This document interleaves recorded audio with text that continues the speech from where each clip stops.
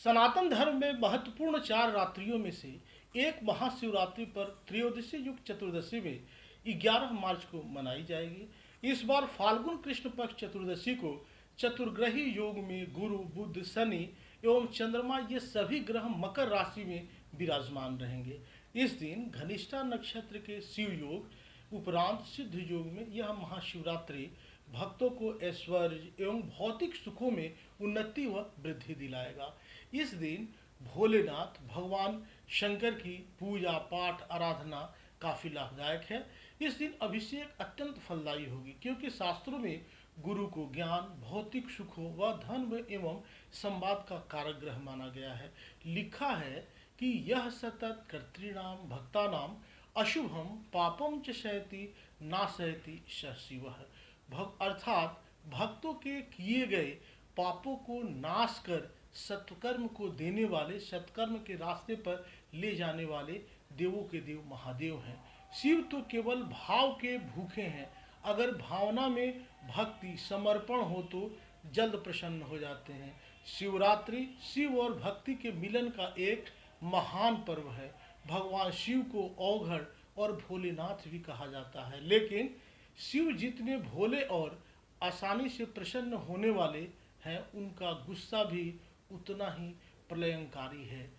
कहते हैं कि जिस दिन शिव ने अपनी तीसरी आंख खोल दी, उसी दिन यह जो सृष्टि है, यह जो दुनिया है, उसका अंत निश्चित है। पौराणिक मान्यता के अनुसार जो व्यक्ति वर्ष भर कोई व्रत उपवास नहीं रखता है और वह मात्र महाशिवरात्रि का व्रत रखता है, तो उसे पूरे वर्ष के व्रतों का पुण्य प्राप्त हो जाता है, लाभ मिलने लगता है। पौराणिक कथाओं के अनुसार समुद्र मंथन में हलाहल नामक विष पैदा हुआ था। हलाहल में ब्रह्मांड को नष्ट करने की क्षमता थी। इसे केवल भगवान शिव नष्ट कर सकते थे। भगवान शिव ने हलाहल नामक विष को अपने कंठ में रख लिया था। जहर इतना शक्तिशाली था कि देवों के देव महादेव भगवान शिव बहुत दर्द से पीड़ित हो उठे थे और उनका गला बहुत नीला हो गया था। इस कारण से भगवान शिव नीलकंठ के नाम से प्रसिद्ध हैं। उपचार के लिए चिकित्सकों ने देवताओं को भगवान शिव को रात भर जागते रहने की सलाह दी। इस प्रकार भगवान शिव के चिंतन में एक सतर्कता रखी। शिव का आनंद लेने और जागने के लिए सभी देवी और देवताओं ने अलग अलग नृत्य और संगीत बजाने लगे। जैसे सुबह हुई, उनकी भक्ति से प्रसन्न भगवान शिव ने उन सभी को आशीर्वाद दिया। शिवरात्रि इस घटना का उत्सव है जिससे शिव ने दुनिया को बचाया। तब से इस दिन भक्त उपवास कर रात्रि जागरण, पूजन आदि करते हैं। महाशिवरात्रि पर आप ऐसे करें पूजा, इसका विशेष ध्यान रखें। महाशिवरात्रि पर प्रातः स्नान करने के बाद व्रत का संकल्प लें, इसके बाद पूजा आरंभ करें। शिवरात्रि के व्रत में नियमों का कठोरता से पालन करना चाहिए, तभी इसका पूर्ण फल प्राप्त होता है।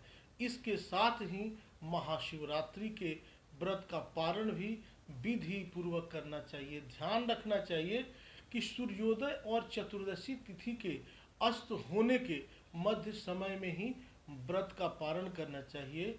दिन के दूसरे दिन 12 बजे के पहले, मतलब प्रातः कालीन जो है 10 बजे के पहले ही पारण कर लेना चाहिए। भगवान शिव की पूजा के बारे में मान्यता के अनुसार इस दिन भगवान की पूजा रात्रि के समय एक बार या फिर संभव हो तो 4 बार करनी चाहिए।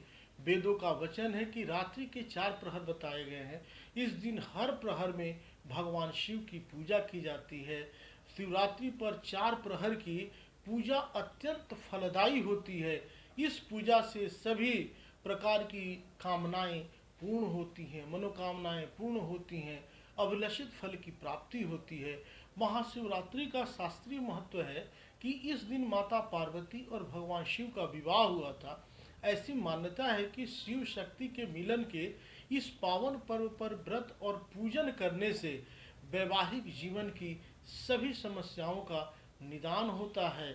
इसके लिए पति और पत्नी दोनों को व्रत करके भगवान शिव और माता पार्वती की पूजा करनी चाहिए।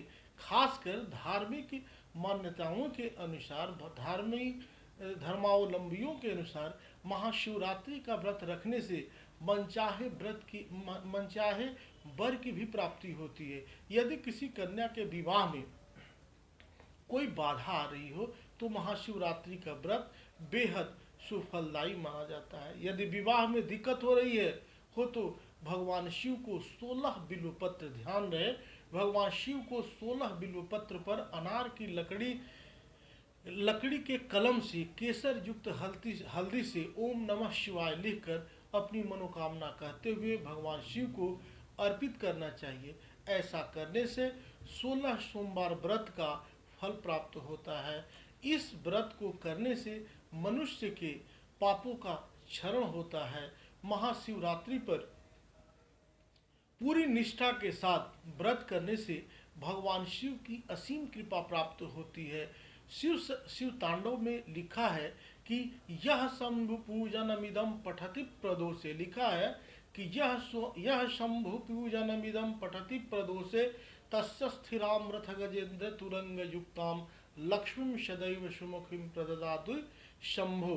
शिव पूजा के अंत में रावणकृत शिवतांडव स्तोत्र का प्रदोष समय में पाठ करने से लक्ष्मी स्थिर रहती हैं। रथ, गज, घोड़े से व्यक्ति सर्वदा युक्त रहता, उन्नति होती है, संपदा की प्राप्ति होती है। इस दिन शिवतांडव स्तोत्र, शिव महिम्न स्तोत्र, शिव पंचाक्षर स्तोत्र या तुलसीदास रचित रुद्राष्टकम का पाठ लाभप्रद होगा। यह भी संभव न हो तो शिव मानस पूजन करें और लाभ लें। ओम नमः शिवाय। महाशिवरात्रि की आप सभी को ढेर सारी शुभकामनाएं। नमस्कार, जय माता दी, वंदे मातरम।